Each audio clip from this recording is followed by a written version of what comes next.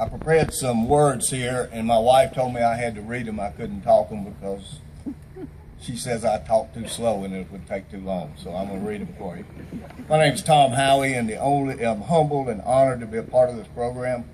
I bring little credentials to this program other than I'm friends with Frank Persley and I write good. Yeah, got it. I love it. Way to go. My great-granddaddy built and lived in that house right there. I used to help him tend his garden right over there where that four-wheel drive, where that SUV is. He was a deacon at that church at First Baptist. My dad was born and raised in that house. My granddad and my dad worked for the railroad for 86 years.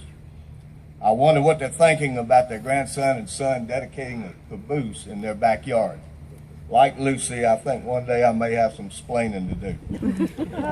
This is a little rig caboose. Technically, it is a piece of railroad non-revenue rolling stock.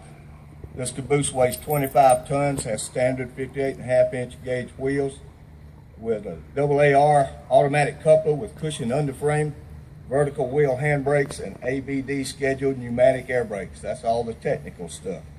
Its crew quarters are equipped with oil heater, an electrical generator, desk area, toilet, and extended vision high mount cupola windows. You may notice the high back seats in the cupola. They are to prevent whiplash to the crew members due to slack action in the train.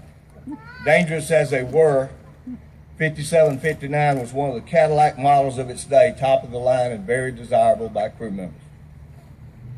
The caboose's place in railroad history is large but extinct. Up until the mid-1980s, almost all trains had manned cabooses on the rear of them.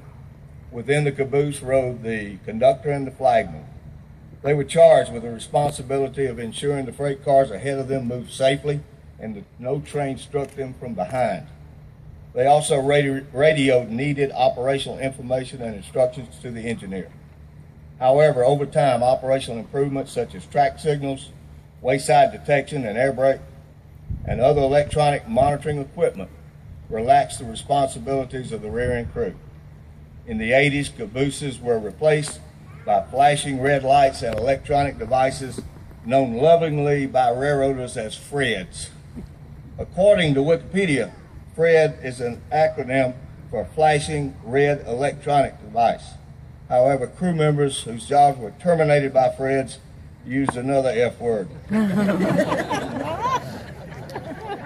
Other than simply being a caboose, my wife and I argued about what to call this thing that has been placed conspicuously in the backyard of the McGowan Barksdale Bundy house.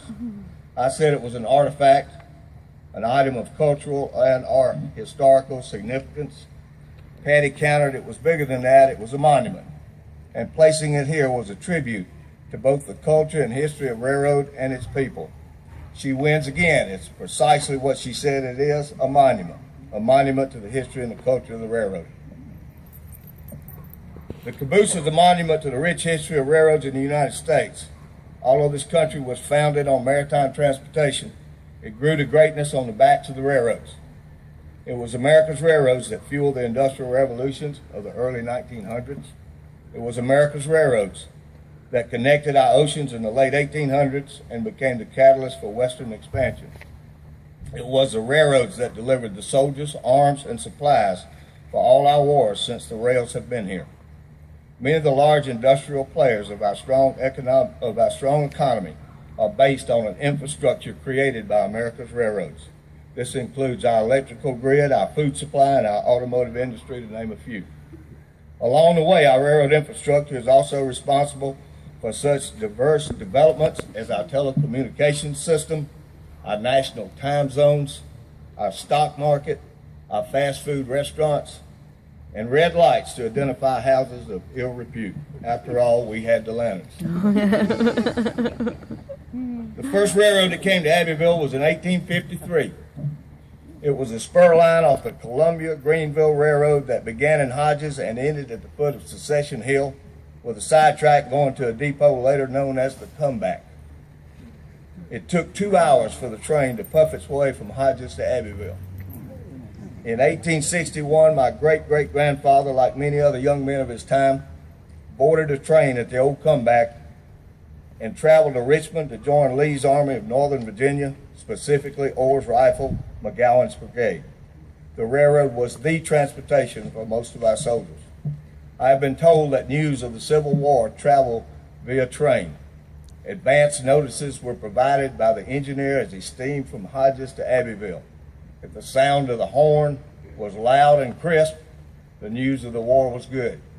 If the sound was low and slow, it was bad. The Hodges line remained in operation until 1939. This caboose is a monument to that page in our history.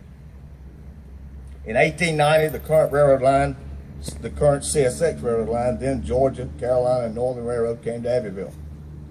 Unlike the Hodges line, it was a trunk line, a continuous line from Richmond, Virginia to Atlanta, Georgia. Luckily for us, the new railroad located their mechanical shops here, both locomotive and cars, and made Abbeville a crew terminal. It's a given that the railroad owners were paid an incentive to choose Abbeville, especially over Greenwood, as the terminal and shops location. I don't know who was paid or how much, but the economic benefit received from this new prosperity was tremendous to this area for many years. Times were good. My grandfather moved here from Monroe, North Carolina with a railroad in 1905. The shops were located at the end of the street about a mile from here. Between here and the shops, houses of railroad families blanketed the landscape. Early railroading was rough, hard work, very dangerous. But through the derailments, collisions, and boiler explosions, the line grew and prospered. Like all, it suffered during the Great Depression, but then flourished during World War II as it did its part to win the war. The caboose is a monument to every greatest generation soldier who rode these rails to or from service to their country. As the business of the railroads grew, so did the payroll.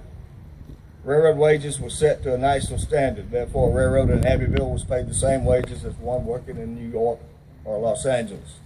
Needless to say, standard railroad wages provided a huge economic benefit to both the employees here and to the greater community of Abbeville.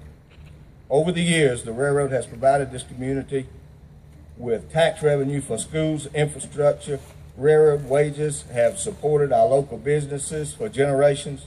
Railroad employee discretionary income has supported charities, churches, civic organizations, and youth recreation programs throughout my lifetime. Financially, the railroad has been very, very good to Abbeville. However, there's a little glitch for the railroad in all of this, a sort of catch-22. The culture and work ethic of a railroader, specifically working 24/7, 365 on a 2-hour call, prohibits most of the railroad breadwinners from participating in the very lifestyle they work so hard to support. Most railroad employees are not salaried and are only compensated for service performed. So it's financially prohibitive for them to miss work to participate in most church, civic, social, school, or recreational events. More often than not, the railroaders were riding the rails when their kids were playing Little League baseball or singing in church choir or twirling in a Lottie Jean dance recital. But they wrote the checks, and this caboose is a monument to those railroad employees and to the sacrifices that they made for their families. In conclusion, in the song City of New Orleans, Steve Goodman said that children would dream of riding their father's magic carpet made of steel. When I was a little kid, my dad and sometimes my granddad would take me up to the shops. It was a marvelous place for a kid. It was like having a real-life model railroad right in front of you. You could see the locomotives and the rail cars in the rail yard and around the old turntable. I remember the yard office with its worn floors and overpainted walls and trim. I remember that the smell of railroading was stuck to everything. And I sat under the shade tree with crews waiting for trains to arrive. I watched as the caboose crawled by and guys swung up and down from it. I was hooked. The shops are long gone now, but the memory is not. Then when I was a young adult working for the railroad, I would take my son or my nephews to the depot and let them see the trains. It was a delight to see the wonder in their eyes as they took it all in. It was the same starstruck wonder I had in my eyes years before. Now, most of my nephews and my son are in their 40s. They still comment on the days when they went to the Abbeville depot to see the trains. The depot is closed now, and unless something changes, it will soon be gone. But this caboose is here and will be. It will be the place where fathers and grandfathers will bring their children and their grandchildren to talk to them about the railroad. The simple fact that the caboose is fully restored and in the middle of a yard and in the middle of our town will beg the question, why? And the answer will help explain the rich history and heritage that the railroad has in this community. A history that needs to be explained and passed on to generations to come. Though its wheels no longer turn, this little red caboose will be the vehicle that connects future generations to the past, and children now and yet to come will stand at this spot, at this monument, and dream of riding that magic carpet made of steel. Our legacy is preserved. Our dreams are secure. This is what this monument does. Thank you, Franklin, and thank you, Historical Society, and I appreciate your time. Thank you.